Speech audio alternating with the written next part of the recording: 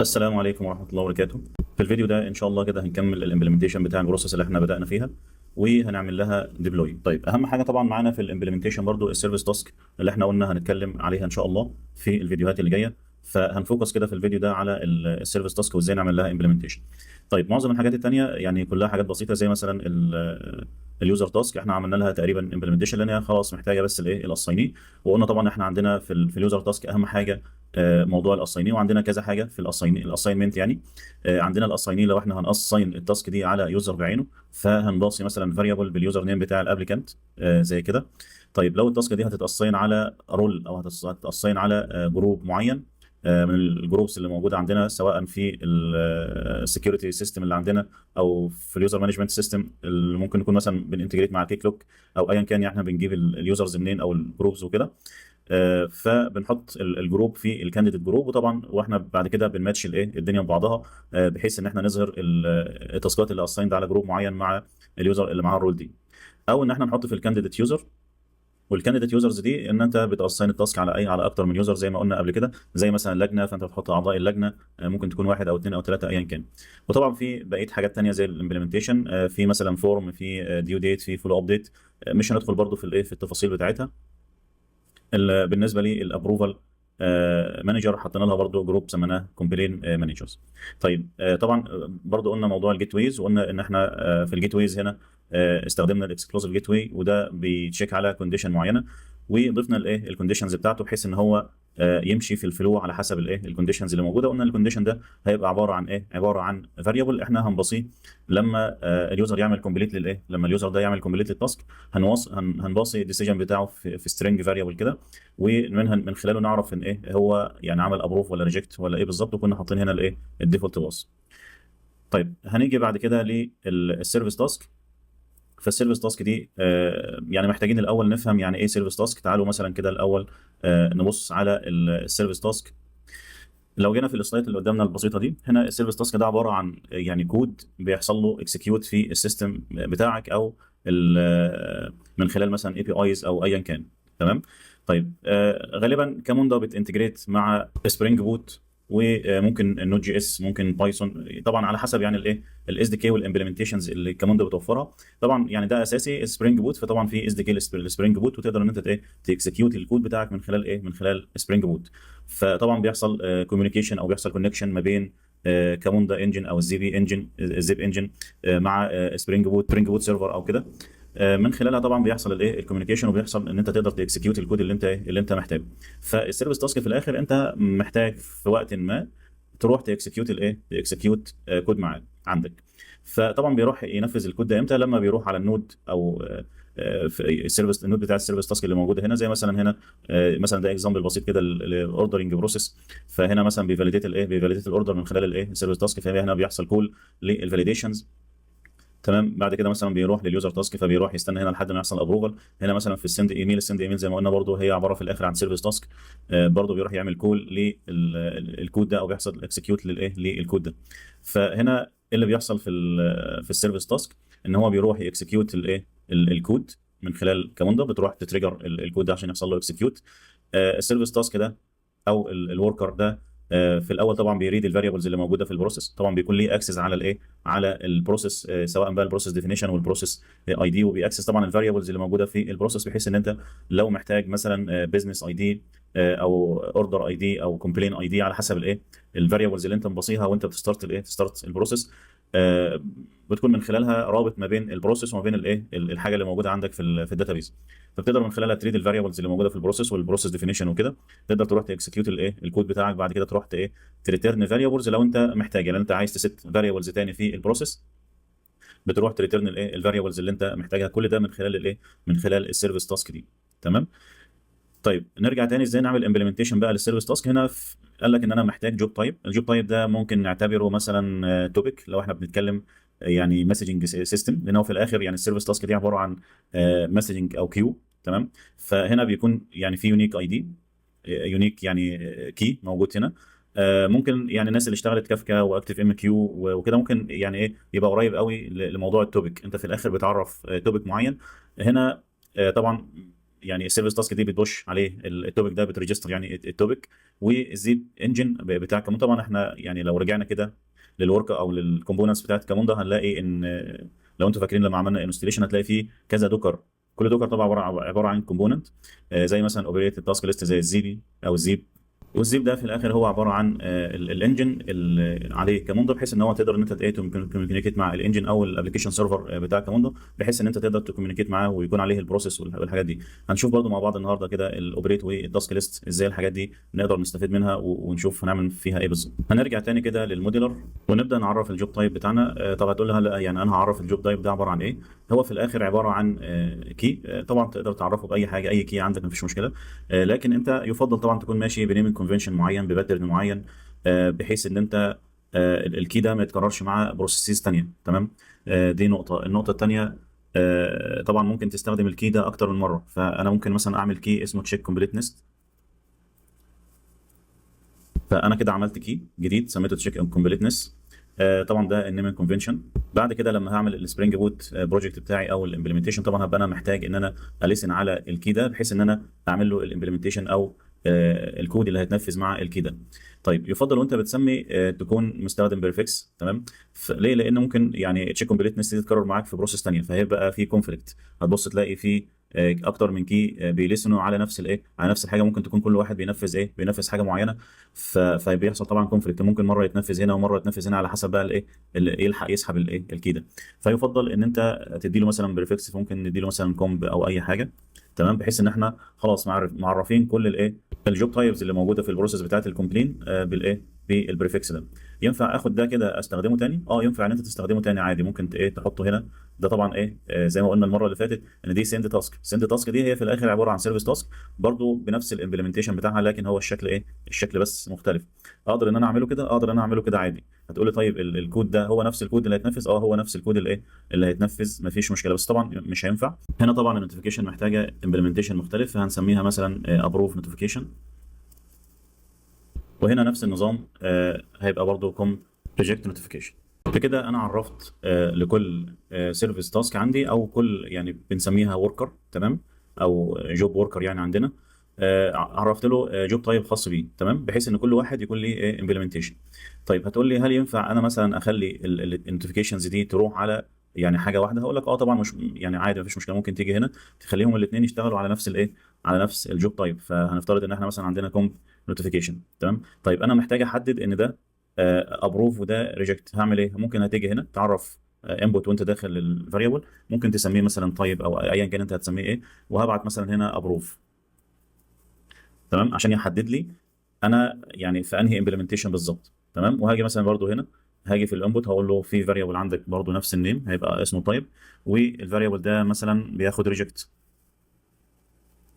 فبكده انا هيبقى عندي ميثود واحده، لكن الميثود دي بتروح تشيك على الفاريبل اللي موجود. لو هو ابروف هيروح يبعت الايه الابروف نوتيفيكيشن، لو هو ريجكت هيروح يبعت الايه الريجكت نوتيفيكيشن. لكن انا يعني الحقيقه مش بريكومند كده. انا بريكومند ان تكون كل حاجه في وركر خاص بيها يعني، او لها امبلمنتيشن خاص بيها. تمام. بحيث ان هي عملنا باك كده. تمام. خلاص يبقى احنا هنا الكومب ابروف نوتيفيكيشن وريجكت نوتيفيكيشن. طيب من خلال الاستراكشر وايز انا زي ما قلت لكم يعني بريكومند ان انا يعني كل امبلمنتيشن يكون ليه منفصل بذاته، وما يبقاش فيه بارامترز كتير واقعد جوه الكود اعمل اف ايلس واروح اعدل مثلا في الوركر ده فيضرب في كل الوركرز اللي موجوده، او يضرب في كل الايه الحاجات اللي موجوده. يفضل طالما هم نفس الحاجه هستخدم نفس الايه نوتيفيكيشن. لما في ابروف وفي ريجكت وكل واحده لها تمبلت مثلا مختلفه، وكل واحده ليها بارامترز مختلفه وليها يعني امبلمنتيشن مختلف، فيفضل ان انا كل واحده تكون في ايه، تكون في جوب تايب مختلف، بحيث ان انا يكون ليها الميثود المختلفه اللي تتنفذ بيه.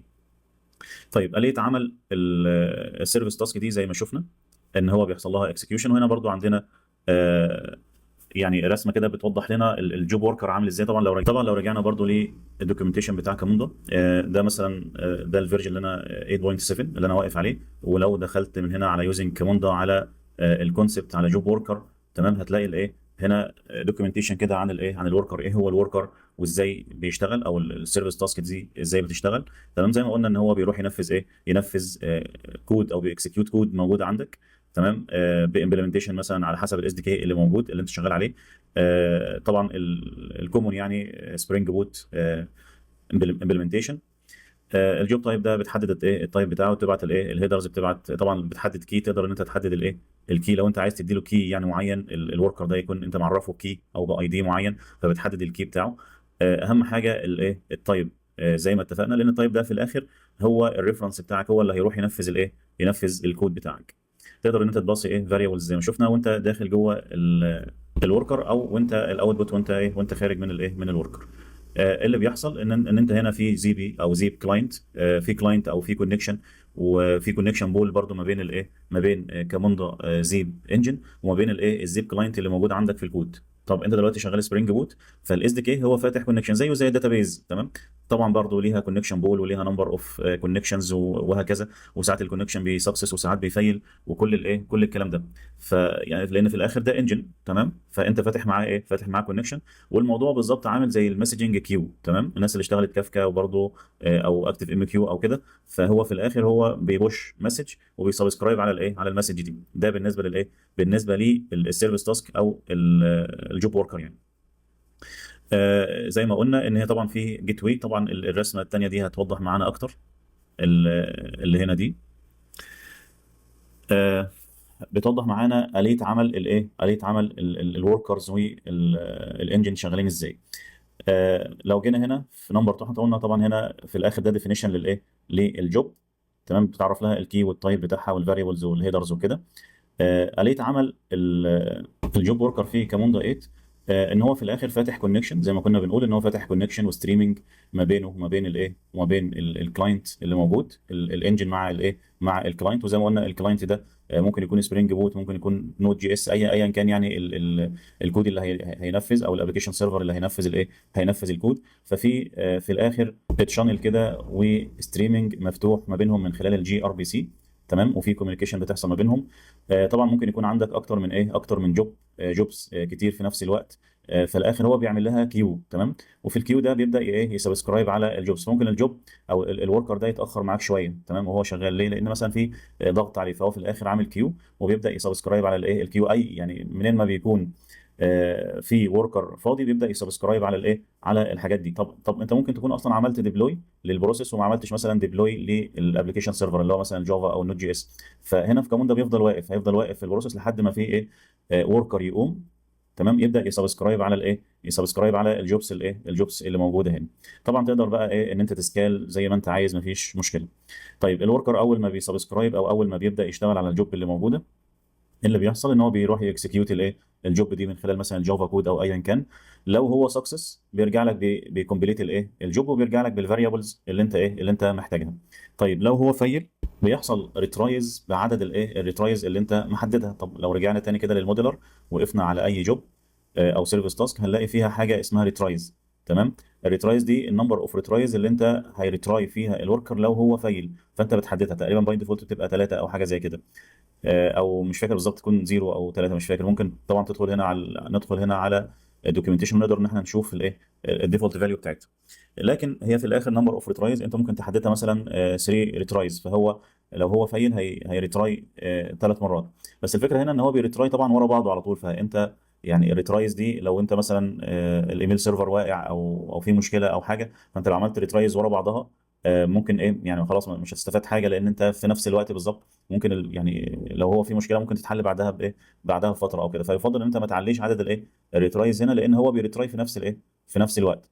طيب هو ممكن يعني في مشكله في النتورك، في مشكله في حاجه، فانت محدد ايه عدد الريترايز بحيث ان هو يريتراي اكتر من مره، بحيث ان هو ايه لو هو فايل يرجع يريتراي تاني. طيب لو النمبر اوف ريترايز خلصت بيكريت حاجه اسمها انسيدنت، تمام، والانسيدنت دي بتكون موجوده في البروسيس، فتقدر تدخل من على الايه من على الاوبريت، وتقدر ان انت تعمل بقى تشوف المشكله وتحلها، وتعمل ريتراي مانوال بايدك كده في جوه الايه جوه الاوبريت، تمام. ده طبعا آلية عمل الايه آلية عمل الوركر. هنا في شويه حاجات مهمه جدا بيوضحها لك. موضوع الايدن بوتون. الوركر ده كمان ده بتقول لك والله انا بضمن لك ان انا انفذ الكود مره على الاقل، تمام.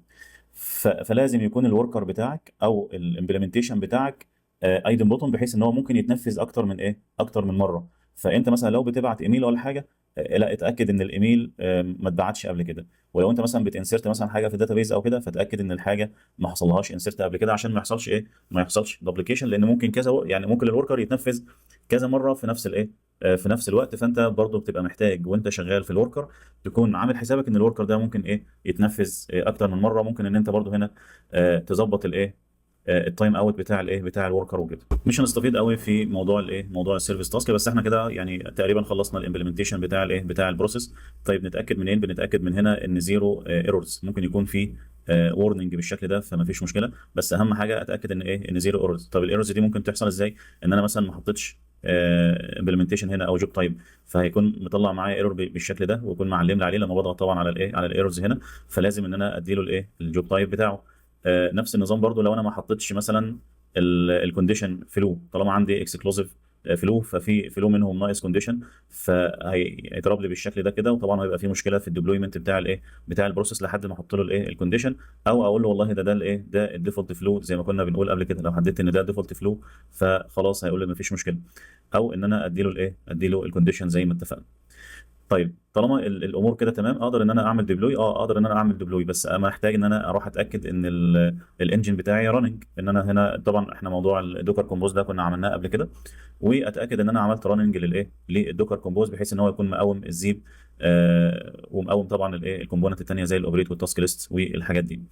طيب مجرد ما اقوم الايه الحاجات دي وارجع للموديلر، اقدر اعمل ديبلوي من هنا. هاجي من هنا كده هقول له اعمل لي ديبلوي، هيقول لي والله انت شغال على ساس. طبعا انت يعني في ناس طبعا بتبقى شغاله على الساس كده ومعاها اكونت وكده، وممكن تبقى شغال اون بريمس او سيلف مانجمنت. بيقول لك والله انا بعمل ديبلوي على لوكال هوست 26500. طيب لوكال هوست 26500 لو رجعت كده للايه للدوكرز بتاعتك هتلاقي ان هنا في الزيب ده هو اللي واخد 26500، فهو في الاخر بيعمل ديبلوي على داتا ده. يعني ده في الاخر كده الانجن بتاع الايه بتاع كاموندو او الابلكيشن سيرفر بتاعه اللي هو بيعمل عليه ديبلوي. طبعا لو هنا في سكيورتي او حاجه بتحط له الايه السكيورتي وتقول له اعمل لي ديبلوي. تمام، بيقول لك خلاص الايه البروسيس دي ديبلويد. تمام. طيب البروسيس ديبلويد طبعا بتكون واخده الاي دي اللي هو ده كده الاي دي بتاع البروسيس، وده النيم بتاع الايه بتاع البروسيس. وطبعا لو انت محدد هنا فيرجن هيديبلوي عليه، فبيروح يديبلوي على نفس الايه على نفس الفيرجن. ممكن تقول له مثلا 1.1 او 1.0 او كده، فبتبقى محدد الايه الفيرجن اللي انت شغال عليه. دي نقطه. النقطه الثانيه لو انت ما حددتش فيرجن، هو كل مره بيروح ايه يعمل طبعا فيرجن جديد وبيشتغل على الفيرجن الجديد. خصوصا لو في تعديلات فبيروح يعمل لك فيرجن جديد من التعديلات دي. هتقول لي طيب هو مفيش طريقه تانية غير الموضوع الديبلوي من هنا كده؟ يعني انا كل ما اعدل اروح اديبلوي من هنا كده؟ هقول لك لا طبعا، يعني مش ده الاساس. الاساس ان انت بتكون حاطط البروسيس بتاعتك دي جوه فولدر من او جوه الريبوزيتوري اللي انت شغال عليه كسبرينج وكده. وطبعا زي ما قلنا بيبقى في اس دي كي، هنتعرف على الحاجات دي في الفيديوهات اللي جايه. وفي انوتيشن للديبلويمنت، هو بيسكان الفولدر ده ويروح يعمل له ديبلوي ايه اوتوماتيك مجرد ما انت تعمل تعديلات فيها، فبيروح ديبلوي. طبعا بيكون عندك اكتر من انفايرمنت، ديفلوبمنت وتيست وبرودكشن، ومش كل واحد هتروح تروح تغير بقى هنا في اليو ار ال وتعمل ديبلوي والكلام ده. لا، هو ده طبعا في الايه في التيست بس، لكن وانت شغال بيبقى الفايل بتاع البروسيس ده جوه البروجكت اللي انت شغال عليه، وفي انوتيشن للديبلويمنت، فبيروح ايه يسكان الفولدر اللي انت حاطط فيه كل البروسيسز او الدي ان اس او الدي ام اس الدي ام ان اسف اللي موجوده، ويروح يعمل لها ايه ديبلوي. او عموما يعني كل الفايلز بتاعت ايه بتاعت كمان ده، سواء انت طبعا ممكن يكون عندك اكتر من ايه اكتر من فايل. لو احنا جينا هنا كده قلنا نيو، فانت عندك اكتر من حاجه. ممكن تبقى بي بي ام ان، ممكن دي ام ان، ممكن تبقى في فورم موجود عندك، ممكن تبقى ار بي اي. تمام. في اي حاجه من الحاجات دي طبعا بتكون حاططها ايه في فولدر عندك في البروجكت، ومجرد ما تعمل رن للبروجكت هو بيروح يسكان الايه الفولدر ده ويروح يعمل لها ديبلوي. طيب ازاي نتاكد ان الفايل ده حصل له ديبلوي؟ هنبدا نرجع ل الكاموندو، وعندنا حاجه اسمها اوبريت. اوبريت دي راننج على ايه؟ راننج على 8081. وعندنا حاجه اسمها تاسك ليست. تاسك ليست دي برضو راننج على 8082. طيب خلينا نرجع للاوبريت. لو جينا هنا على الاوبريت ودخلت على الداشبورد، طبعا هنا بيقول لي انا محتاج اليوزر. طبعا بيبقى ديمو على ديمو باي ديفولت يعني. قال لي والله انت عندك بروسيس ايه بروسيس ديبلويد. انا بس عشان عملت ديبلوي اكتر من مره فهو عمل 3 فيرجنز يعني. آه، طيب هنا بيقول لك مفيش، يعني كل الفيرجنز اللي موجوده عندك ما لهاش راننج انستنسز خالص. طبعا لو دخلت كده على البروسيس، هو دخل هنا على تابه ثانيه اسمها بروسيس، ويعلم لك كده على البروسيس اللي انت واقف عليها. وطبعا هنا الانستنسز لو في راننج انستنسز. تمام. لو انت عملت يعني ايه ستارت للبروسيس. طب هو ايه اصلا موضوع الاوبريت ده؟ هو موضوع الاوبريت قايم على كده، قايم على ان هو عامل لك يعني بلاتفورم كده صغيره تقدر منها تشوف البروسيسز اللي موجوده عندك، تقدر تشوف البروسيس واقفه فين، تقدر تشوف داشبورد للرننج انستنسز اللي موجوده عندك. برضو لو في ديسيجنز او حاجه بتكون موجوده هنا. فكل يعني ده كل اللي بتعمله الايه الاوبريت يعني.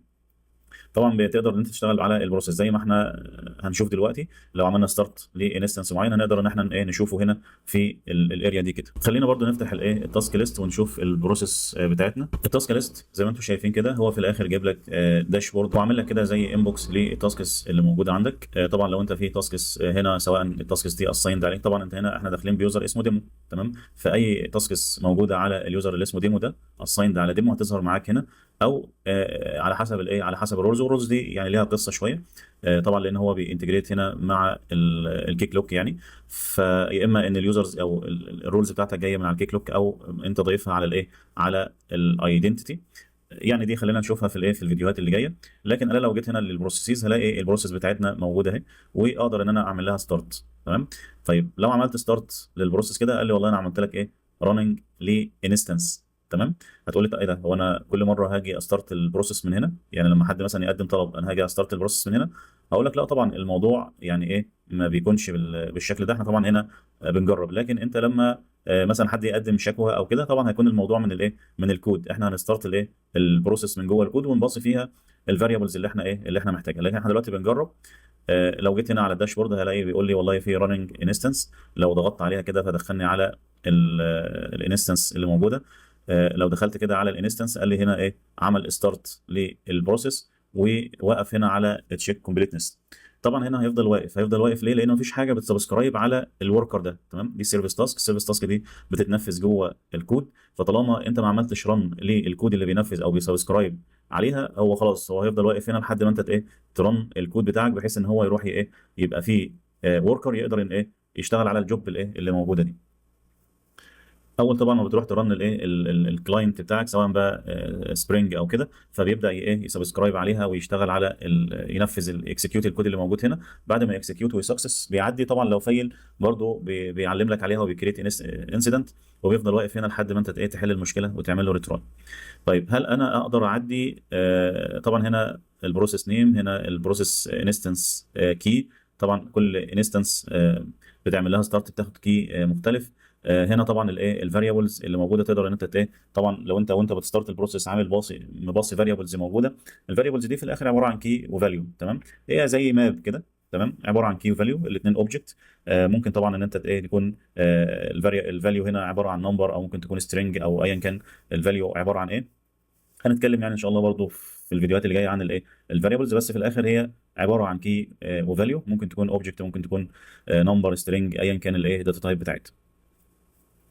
اقدر ان انا احرك البروسيس بايدي. ممكن ان انا اعمل ايديت للايه اعمل ايديت للبروسيس واجي هنا اقول له موف التاسك دي. طبعا ما عنديش حاجه تنفذها فاعمل لها موف لليوزر تاسك اللي بعدها واعمل ابلاي موديفيكيشن واقول له ابلاي، فهيبدا يحرك الايه يحرك دي يوديها هنا. طبعا لان ما عنديش حاجه ده المفروض يتنفذ اوتوماتيك، بس انا لسه ما عنديش الحاجه اللي تنفذه اوتوماتيك، فاقدر ان انا اعديه بالشكل ده، تمام؟ فهنا هو في الاخر راح كريت يوزر تاسك على التاسك. طبعا لو احنا هنا مظبطين موضوع برضو الرولز التاسك هنا تظهر معانا، لكن احنا مش مظبطين موضوع الرولز فالتاسك هنا مش هتظهر معانا الا لما نكون مكريتين الايه الرول بتاعتها. والحاجات دي ان شاء الله نشوفها في الايه في الفيديوهات اللي جايه. نكتفي كده في الفيديو ده بهذا القدر. نسالكم الدعاء والسلام عليكم ورحمه الله وبركاته.